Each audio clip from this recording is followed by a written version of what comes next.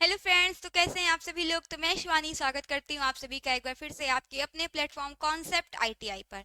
तो आज से आपकी जो एम्प्लॉयबिलिटी स्किल की क्लास थी, जहां तक हम पहले क्या है 9 क्लास तक पढ़ चुके थे, ठीक है। तो जी जो लोग 9 क्लास तक पढ़ चुके हैं ऑलरेडी, जो कि क्लास मैंने पहले पहले मैं ले चुकी हूँ, तो आज हम क्या करेंगे उसी के आगे फिर से कंटिन्यू करेंगे। तो आज हमारी जो क्लास है क्लास नंबर 10 होने वाली है, जो कि कैसे होगी एमसीक्यू टाइप के क्वेश्चन, जिसमें हम क्या है सॉल्व करेंगे, जो कि आपके क्या होने वाले टॉपिक वाइज सारे क्वेश्चन होने वाले हैं, ठीक है। तो जिन लोगों ने अभी तक हमारे चैनल को सब्सक्राइब नहीं किया है, वो जल्द से जल्द जाकर चैनल को सब्सक्राइब कर लें, ताकि जो भी क्लासेस हैं आपको टाइम टू टाइम मिलती रहे और आप अपनी तैयारी अच्छे से करते रहिएगा, ठीक है। तो कॉन्सेप्ट आईटीआई इस प्रकार से आपको लोगो दिखाई देगा। शुरू करते हैं आज की अपनी क्लास को। और हमारा पहला क्वेश्चन क्या कह रहा है, ध्यान से देखिएगा सभी लोग, ठीक है। पहला क्या कह रहा है कि क्रिया शब्दों को डैश भी कहा जाता है, यानी कि जो क्रिया शब्द होते हैं, क्रिया का मतलब क्या होता है, जो किसी कार्य के होने को दर्शाते हैं, उनको हम क्या बोलते हैं, क्रिया या करना। क्रिया का मतलब क्या होता है, करना। तो क्रिया शब्द को हम और क्या कहते हैं, ये आपसे पूछा है। एक कह रहा है केंद्र, है, क्रिया, या फिर क्रियाएं, या फिर है। अगर इसका आपको हिंदी ना समझ में आए तो आप क्या करिएगा, इंग्लिश वाले में आ जाइएगा कि एक्शन वर्ड, यानी कि जो एक्शन यानी क्रिया शब्द होते हैं, उनको और हम क्या कहते हैं, सेंटर है, आर है, वर्ब है, या फिर इज है। ये क्या है आपसे पूछा है क्वेश्चन में। तो क्रिया शब्द को और हम किन नाम से जानते हैं और हम क्या बोलते हैं, तो आपका करेक्ट आंसर क्या हो जाएगा, क्रियाएं। क्रियाएं शब्द ही क्या कहलाती हैं, आपकी क्रिया कहलाती हैं, ठीक है। क्या कहलाती हैं, क्रिया कहलाती है। तो करेक्ट आंसर आपका क्या हो जाएगा, ऑप्शन नंबर सी या फिर 3 आपका करेक्ट आंसर हो जाएगा। क्लियर है। तो क्लास को अच्छे से देखिएगा, रिकॉर्डेड फॉर्म में आपको डेली मिल जाएगी क्लास टाइम से। तो कहीं किसी क्वेश्चन में डाउट होगा तो आप हमें कमेंट करके बता सकते हैं। अब देखिए कह रहा है क्रियाएं डैश के कार्य को बताती। अब क्रियाएं किसके कार्य को बताती हैं, जैसे गाय है, बदलना है, कार्य है, या फिर नाम वाले शब्द, यानी जो क्रियाएं हैं, क्रियाओं से हमको किसके बारे में पता चलता है। तो ठीक है। तो क्रियाएं क्या बताती, गाय के बारे में बताती हैं क्या, नहीं। गाय क्या है, एक संज्ञा हो गई। क्या गाय क्या हो गया, एक संज्ञा हो गई। संज्ञा में कौन सी हो जाएगी, जातिवाचक, जातिवाचक हो जाएगी ना। या फिर बदलना है, किसी में बदल रहे हैं हम, क्या, नहीं। कार्य क्या है, कार्य को दर्शाती है, नहीं। क्रिया किसी कार्य के होने को दर्शा सकती है, तो कार्य कौन करेगा, नेमिंग वर्ड्स, जो नाम वाले शब्द होते हैं, क्या होते हैं, जो नाम वाले शब्द है, उनके कार्य को होना दर्शाती है। तो करेक्ट आंसर आपका क्या हो जाएगा, देखिए कंफ्यूज नहीं होना है, ठीक है ना। क्रिया है तो हम कार्य पे चले जाएंगे तो आपका गलत हो जाएगा। करेक्ट आंसर आपका क्या होगा, ऑप्शन नंबर 4 यहाँ पे बिल्कुल करेक्ट आंसर हो जाएगा, ठीक है।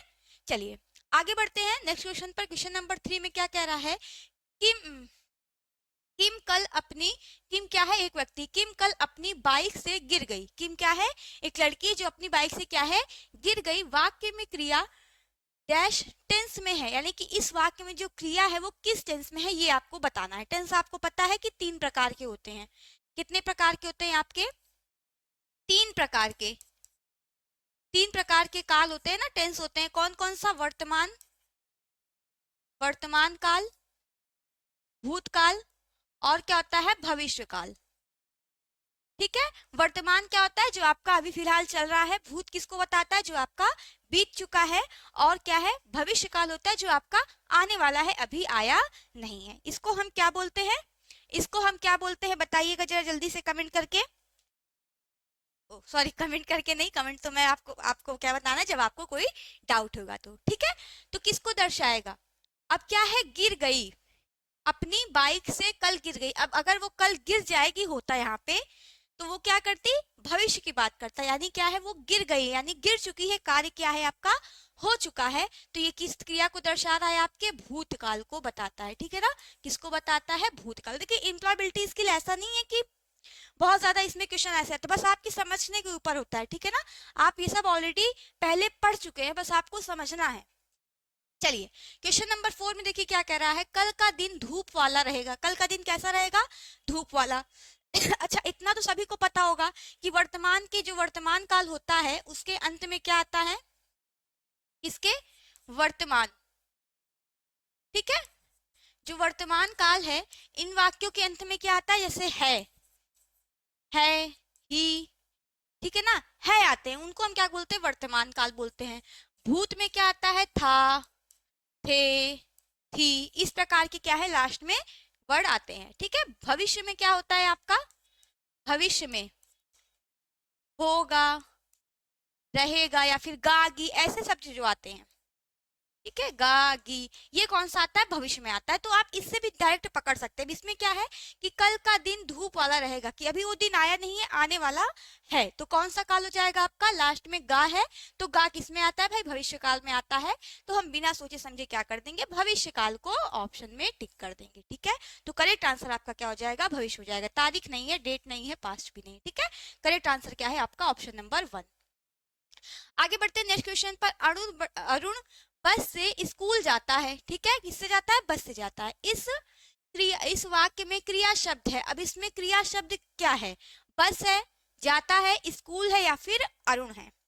क्या पूछा है, बस है, जाता है, स्कूल है, या फिर इसमें आपसे सेंटेंस के बारे में नहीं पूछा है। किसके बारे में पूछा है, वाक्य में क्रिया शब्द के बारे में पूछा है, क्रिया शब्द के बारे में पूछा। अब देखिए, बस क्या होती है, बस एक वस्तु हो गई। क्या हो गई, बस आपकी एक क्या हो गई, वस्तु हो गई। यानी कि इसको हम संज्ञा बोल सकते हैं, किसी व्यक्ति के नाम को संज्ञा बोलते हैं ना। स्कूल भी क्या हो गया, एक स्थान हो गया। ठीक है, अरुण भी क्या हो गया, एक संज्ञा हो गया। कैसा संज्ञा हो गया, व्यक्तिवाचक संज्ञा हो गया। अब अगर हम जाता है, जाता के क्रिया शब्द क्या होता है, जाना। क्या होता है, जाना, इसको बोल सकते हैं क्रिया शब्द। तो आपका क्रिया शब्द क्या हो जाएगा, ऑप्शन नंबर 2 बिल्कुल सही हो जाएगा, जाता है। ठीक है, क्या करता है, जाता है, यहाँ पे क्या है आपका क्रिया शब्द हो जाएगा।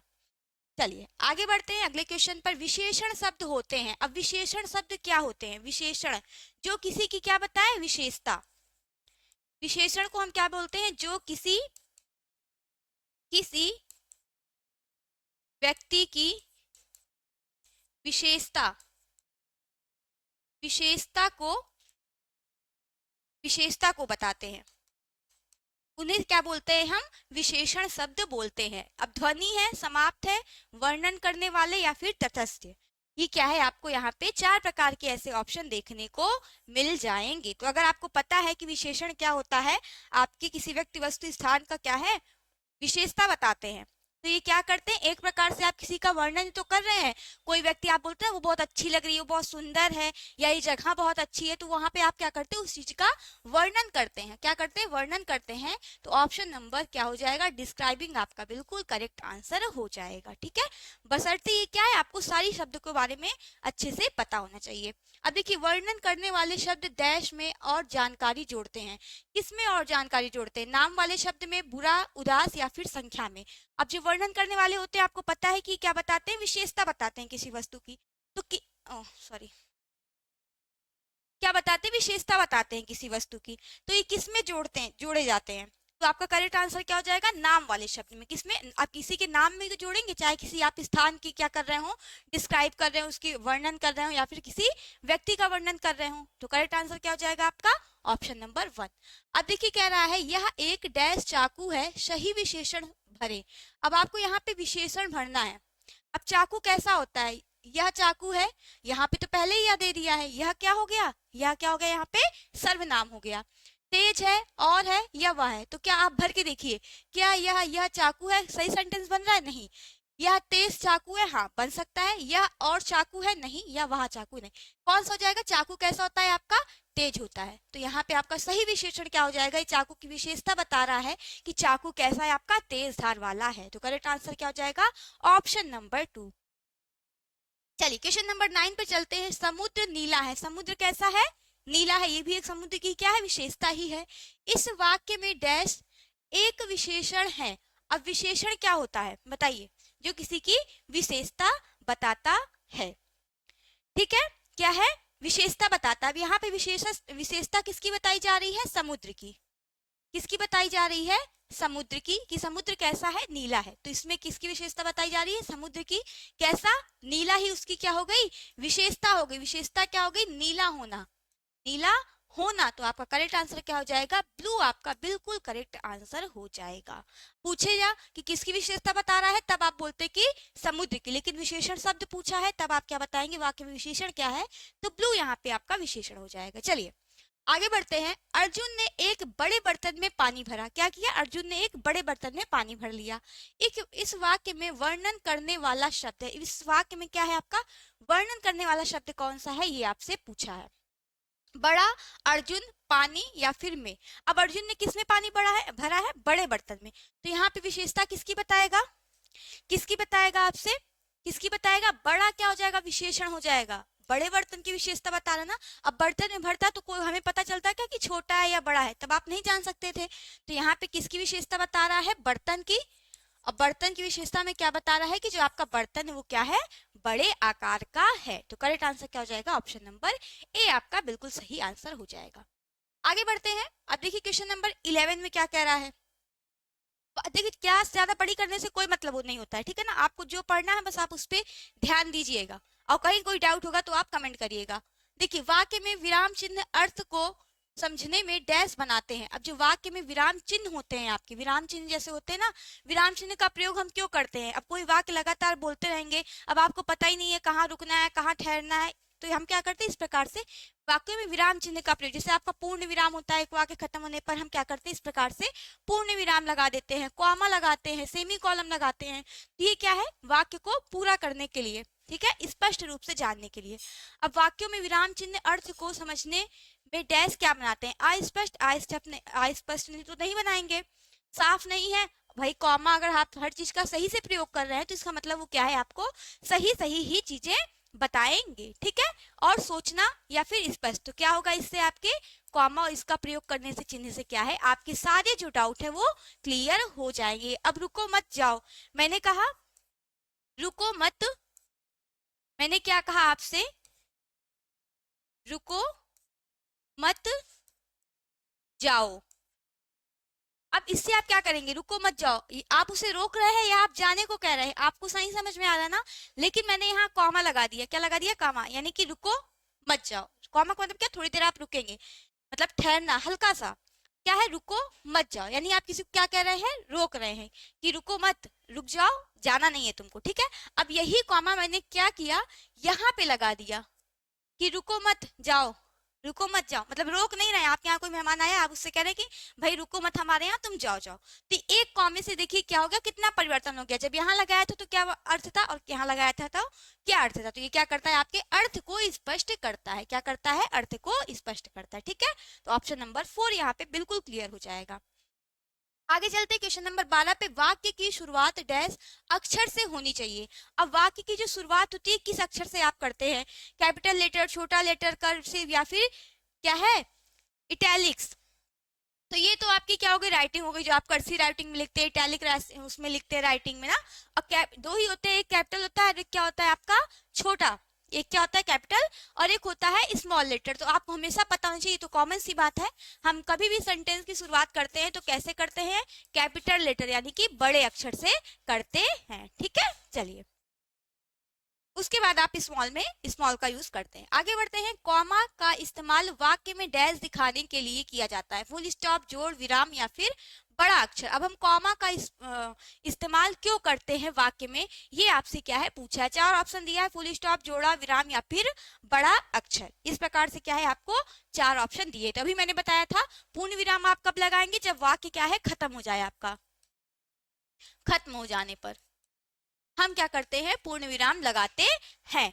और क्या है आपका? जोड़ा। जोड़ा कब बनाते हैं? जब कहीं पे दो वस्तुओं को, जैसे दिन रात, दिन रात, ये क्या हो गया? आपका जोड़ा हो गया, ये वाला जो हो गया, ठीक है ना। सॉरी, यहाँ मैंने जोड़ा लिख दिया, ठीक है, रात। अब ब्रेक, ब्रेक कब लगाते हैं हम? जब हमें कहीं पे थोड़ा सा रुकना हो। बड़ा अक्षर में नहीं, हम कब लगाएंगे? जब हमें कहीं पे हल्का सा विराम लेना हो। जैसे भी मैंने पिछला आपको बताया ना कि रुको मत जाओ, तो हल्के ठहराव के लिए हम क्या करते हैं? कॉमा का प्रयोग करते हैं। आगे बात करते हैं। सीता नीना से उनके समर प्लान के बारे में पूछना चाहती थी, उसका जवाब चुने। सीता क्या है? नीना से, मेरे ख्याल से नानी होगा यहाँ पे, नीना है। चलिए अच्छा ठीक है, नीना ही है, नीना नाम है एक लड़की का। ये समझिएगा कि सीता क्या है? नीना से उसके समर प्लान के बारे में। किसके बारे में? समर प्लान आप लोग भी बनाते होंगे ना छुट्टियों में। तो समर प्लान के बारे में पूछना चाहती थी कि उसका सही जवाब चुने। उसका सही जवाब क्या होगा आपके प्रकार से? ये आपको चुनना है। नीना तुम्हारा प्लान क्या है? ये पूछेगी। नीना तुम्हारा समर प्लान क्या है? ये उससे पूछेगी। या फिर नीना ने क्या पूछा? ये तो भाई सरासर गलत हो जाएगा, ठीक है ना। अब नीना में इनमें से कोई नहीं, या फिर इनमें से क्या है आपका कोई नहीं। अब आपको 4 ऑप्शन ऐसे देखने को मिल जाएंगे, तो उसका सही जवाब क्या होना चाहिए? आप समर प्लान के बारे में अब नीना तुम्हारा प्लान क्या है, किस बारे में? मैं आपसे पूछूं कि आपका क्या प्लान है, अब आप क्या समझे कि मैम फ्यूचर प्लान के बारे में पूछ रही हैं, फिलहाल का क्या पूछ रही है कि आगे क्या क्या प्लान है? कुछ समझ में क्लियर हो रहा है? नहीं हो रहा है ना? लेकिन अगर मैं आपसे एग्जैक्ट पूछ लूं कि और बताइए आपका फ्यूचर प्लान क्या है, आप किसकी तैयारी करना चाहते हैं आगे चल के, तो आपको ये क्लियर हो जाएगा ना। तो वाक्य हमेशा आपका कैसा होना चाहिए? एकदम स्पष्ट होना चाहिए। तो आप क्या बोलेंगे?